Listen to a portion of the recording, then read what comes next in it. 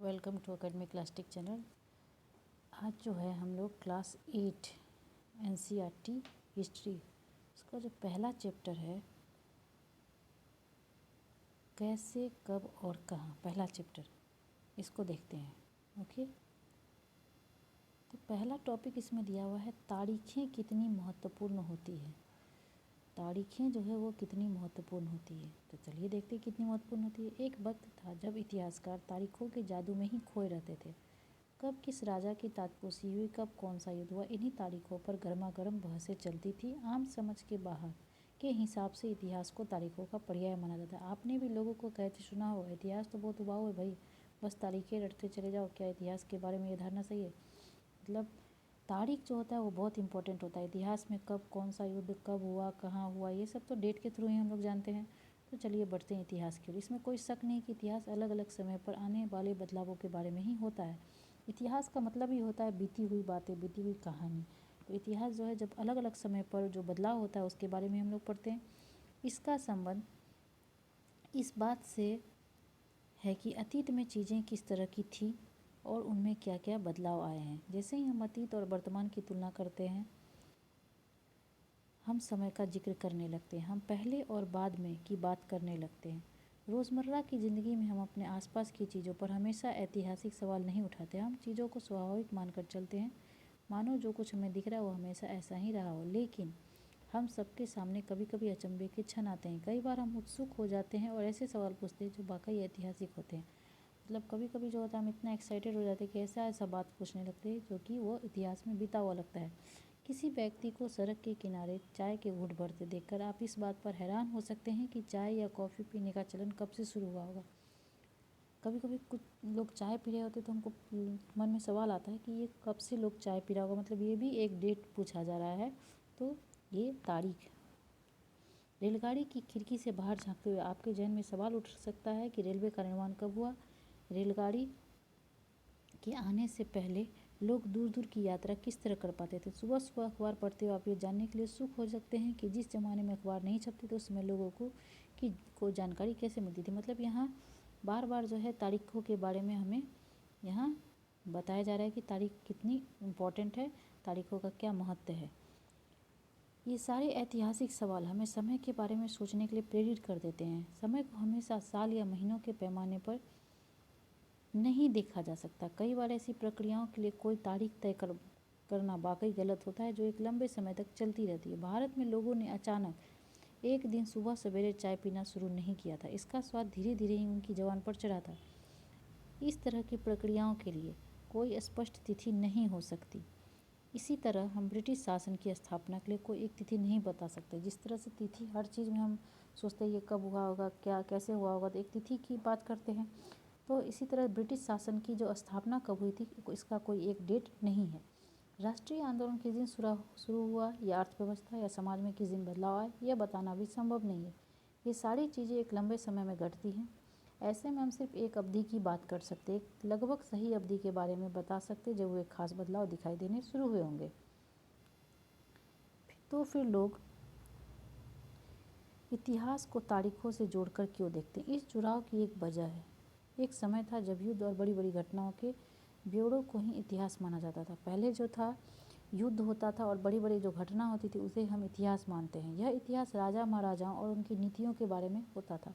राजा महाराजा कब कौन थे, कैसे थे, उनकी क्या नीतियाँ थीं। इतिहासकार लिखते हैं कि कौन से साल राजा को ताज पहनाया गया, किस साल उनका विवाह हुआ, किस साल उनके घर में बच्चा पैदा हुआ, कौन से साल उसने कौन सी लड़ाई लड़ी हुआ, कब मरा, उसके बाद कौन शासक गद्दी हुआ।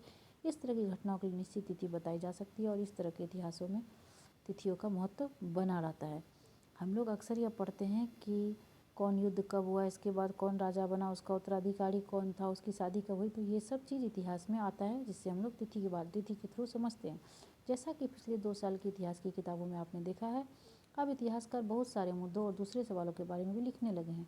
चलिए अब आगे देखते हैं कौन सी तारीख है। ठीक है, कुछ तारीखों को महत्वपूर्ण मानने का पैमाना क्या होता है। हम जो तारीखें चुनते हैं, जिन तारीखों के इर्द गिर्द हम अतीत की कहानी बुनते हुए अपने आप में महत्वपूर्ण नहीं होती। इसलिए महत्वपूर्ण हो जाती है क्योंकि हम कुछ खास घटनाओं को महत्वपूर्ण मानकर चलने लगते हैं। अगर अध्ययन का विषय बदल जाता है, अगर हम नए मुद्दों पर ध्यान देने लगते हैं तो महत्वपूर्ण तारीखें भी बदल जाती है। तारीख कितनी इंपॉर्टेंट है ये हम पर डिपेंड करता है। ओके, जैसे एक एग्जाम्पल दिया, एग्जाम्पल के थ्रू भी समझाया गया। भारत में ब्रिटिश इतिहासकारों ने जो इतिहास लिखी उनमें हर एक गवर्नर जनरल का शासनकाल महत्वपूर्ण है। ये इतिहास प्रथम गवर्नर जनरल वार्डन हेस्टिंग्स के शासन से शुरू होते और आखिरी वायसराय माउंटबेटन के साथ खत्म होते हैं। अलग अलग अध्यायों में हम दूसरे governor general Hastings, Wellesley, Bentinck, Dalhousie, Canning, Lawrence, Lytton, Ripon, ये सब के बारे में भी पढ़ते हैं। इस इतिहास में गवर्नर जनरल और वायसरायों का कभी न खत्म होने वाला सिलसिला भी छाया रहता है।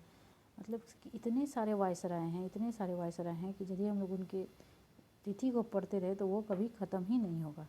इतिहास की इन किताबों में सारी तारीखों का महत्व इन अधिकारियों, उनकी गतिविधियों, नीतियों, उपलब्धियों के आधार पर ही तय होता था।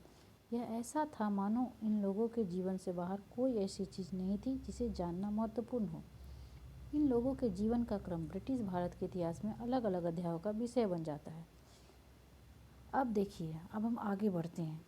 जब हम इतिहास या कोई कहानी लिखते हैं तो उसे टुकड़े या अध्याय में बांट देते हैं। जब हम कोई कहानी लिखते हैं तो उसे टुकड़ों में बांटते हैं, पार्ट बाय पार्ट करते हैं। ऐसा क्यों करते हैं? ताकि हर अध्याय में कुछ सामंजस्य रहे। इसका मकसद कहानी को इस तरह सामने लाना होता है उसे आसानी से समझा जा सके और याद रखा जा सके। जो छोटा होता है उसको हम लोग आसानी से याद रख सके, इसलिए उसे पार्ट बाय पार्ट में बांटते हैं।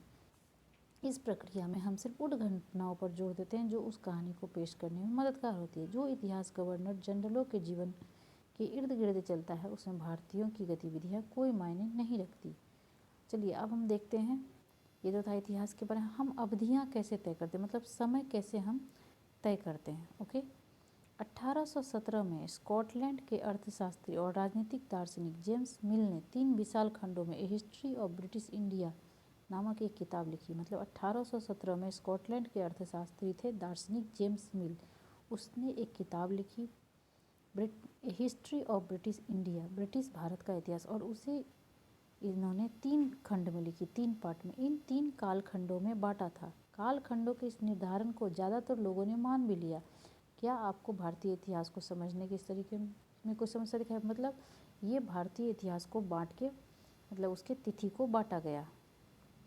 अब इतिहास को हम अलग अलग कालखंडों में बांटने की कोशिश क्यों करते हैं, इसकी भी एक वजह है। हम एक दौर की खासियत है उसके केंद्रीय तत्वों को पकड़ने, उस दौर में क्या हुआ था, वहाँ उस समय की क्या क्या खासियत थी। जैसे हम लोग घर में ही बात करते हैं अपने परिवार में कि जैसे दादा दादी से पूछते आपके समय में ऐसा होता था वैसा होता था, वो भी एक अवधि था, उनका अवधि, उनके टाइम का अवधि, और हम लोग अपने अवधि को इस तरह से उसका क्या होता है कंपैरिजन करते हैं, उसके बारे में जानते हैं। ठीक है, इसलिए ऐसे शब्द महत्वपूर्ण हो जाते हैं जिनके सहारे हम समय को बांटते हैं। ये शब्द अतीत के बारे में हमारे विचारों को दर्शाते हैं। ये बताते हैं कि एक अवधि से दूसरी अवधि के बीच आए बदलावों का क्या महत्व होता है। ठीक है, मिल को लगता था कि सारे एशियाई समाज सभ्यता के मामले में यूरोप से पीछे हैं। मिल को लगता था कि एशियाई समाज जो है वो सभ्यता, कल्चर के मामले में जो है यूरोप से पीछे है। इतिहास की उनकी समझदारी थी कि भारत में अंग्रेजों के आने से पहले यहाँ हिंदू मुसलमान तानाशाहों का राज चलता था। यहाँ चारों ओर केवल धार्मिक वैर, जातिगत बंधनों और अंधविश्वासों का ही बोलबाला था। मिल की राय में ब्रिटिश शासन भारत को सभ्यता की राह पर ले जा सकता था। इस काम के लिए जरूरी था कि भारत में यूरोपीय शिष्टाचार, कला, संस्थानों और कानूनों को लागू किया जाए। मिल का जो राय था उसमें उसको लगता था कि ब्रिटिश शासन जो है भारत को सभ्यता की, मतलब भारत को कल्चर्ड कर देगा, और इसके लिए ज़रूरी था कि भारत में यूरोपीय शिष्टाचार, कला, संस्थानों और कानूनों को लागू किया जाए। ठीक है, मिल ने तो यहाँ तक सुझाव दिया था कि अंग्रेजों को भारत के सारे भूभाग पर कब्जा कर लेना चाहिए ताकि भारतीय जनता को ज्ञान और सुखी जीवन प्रदान किया जा सके। उनका मानना था कि अंग्रेजों की मदद के बिना हिंदुस्तान प्रगति नहीं कर सकता। मिल का मानना था कि हिंदुस्तान जो है अंग्रेजों की मदद के बिना प्रगति नहीं कर सकता, उसको अंग्रेजों को जो है भारत, समूचे भारत पर अधिकार कर लेना चाहिए। इतिहास की इस धारणा में अंग्रेज शासन प्रगति और सभ्यता का प्रतीक था। अंग्रेजी शासन से पहले सारा अंधकार का दौर था। क्या इस तरह की धारणा को स्वीकार किया जा सकता है? क्या इतिहास के किसी दौर को हिंदू या मुसलमान दौर कहा जा सकता है? क्या इन सारे दौरों में कई तरह के धर्म एक साथ नहीं चलते थे? किसी युग को केवल उस समय के शासकों के धर्म के हिसाब से तय करने की ज़रूरत क्या है? अगर हम ऐसा करते हैं तो इसका मतलब कहना चाहते हैं कि औरों के जीवन तौर तरीकों का कोई महत्व नहीं होता। हमें याद रखना चाहिए कि प्राचीन भारत में सारे शासकों का भी एक धर्म नहीं होता था। अब देखिए औपनिवेश, अब आता है एक वर्ड आया है औपनिवेश। अंग्रेजों द्वारा सुझाए गए वर्गीकरण से अलग हटकर इतिहासकार भारतीय इतिहास को आमतौर पर प्राचीन, मध्यकालीन और आधुनिक काल में बांटकर देखते हैं। अंग्रेजों द्वारा जो सुझाया गया था कि हिंदुस्तान का वर्गीकरण किस तरह से उसको डिवाइड किया जाए, तो भारतीय इतिहास को, तो वो 3 पार्ट में डिवाइड किए थे भारतीय इतिहास को। एंशिएंट प्राचीन, मध्यकालीन मेडिएवल, और आधुनिक मतलब मॉडर्न काल में। ठीक है, मॉडर्न। आज आगे चलकर हम हिस्ट्री के 3 पार्ट को पढ़ेंगे। अभी आप हिस्ट्री पढ़ रहे हैं, बाद में हम लोग एंशिएंट हिस्ट्री, मेडिएवल हिस्ट्री और मॉडर्न हिस्ट्री पढ़ेंगे। तो वही है, इस विभाजन की अपनी समस्याएं थी। तो ये जो इसको डिवाइड किया था इसका भी अपना कुछ प्रॉब्लम था। इतिहास को इन खंडों में बांटने की समझ भी पश्चिम से आई है। पश्चिम में आधुनिक काल को विज्ञान, तर्क, लोकतंत्र, मुक्ति और जैसी आधुनिकता की ताकतों के विकास का युग माना जाता है। उनके लिए मध्यकालीन समाज वे समाज थे जहां आधुनिक समाज की ये विशेषताएं नहीं थी। क्या हम अपने अध्ययन के लिए आधुनिक काल की इस अवधारणा को बिना सोचे विचारे ऐसे ही अपना सकते हैं, जैसा कि आप किताब में देखेंगे? अंग्रेजों के शासन में लोगों के पास समानता, स्वतंत्रता या मुक्ति नहीं थी, न ही यह आर्थिक विकास और प्रगति का दौर था। बहुत सारे इतिहासकार इस युग को औपनिवेशिक युग कहते हैं। ठीक है, अब आया है औपनिवेशिक क्या होता है। ठीक है, और उस युग को क्या कहते हैं? औपनिवेशिक युग कहते हैं। ठीक है, अब आया औपनिवेशिक युग। औपनिवेशिक क्या होता है? तो इस किताब में आप पढ़ेंगे, आपका जो ये किताब है इसमें आप पढ़ेंगे कि अंग्रेज़ों ने हमारे देश को जीता और स्थानीय नवाबों और राजाओं को दबाकर अपना शासन स्थापित किया।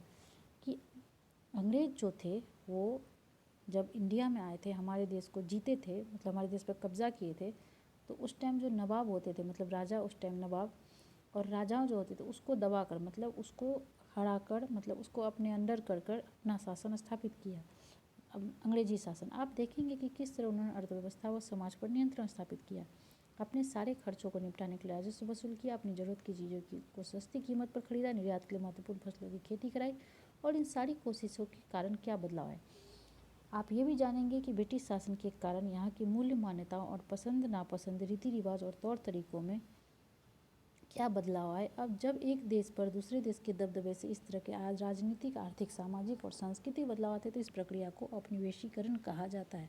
तो यहाँ यही बताया जा रहा है कि औपनिवेशीकरण जो होता है वो किसी का मूल्य मान्यता, जो उसका कल्चर होता है उसको बदल देना, उसका पसंद नापसंद को बदल देना, रीति रिवाज ये सब में जो परिवर्तन लाना, और एक देश पर दूसरे देश के दबदबे से उसका आर्थिक, राजनीतिक, सामाजिक और सांस्कृतिक जो बदलाव आता है उसी को हम लोग औपनिवेशीकरण कहते हैं। तो औपनिवेशीकरण के बारे में हम लोग नेक्स्ट वीडियो में पढ़ेंगे। ठीक है, मिलते हैं नेक्स्ट वीडियो में। Thank you.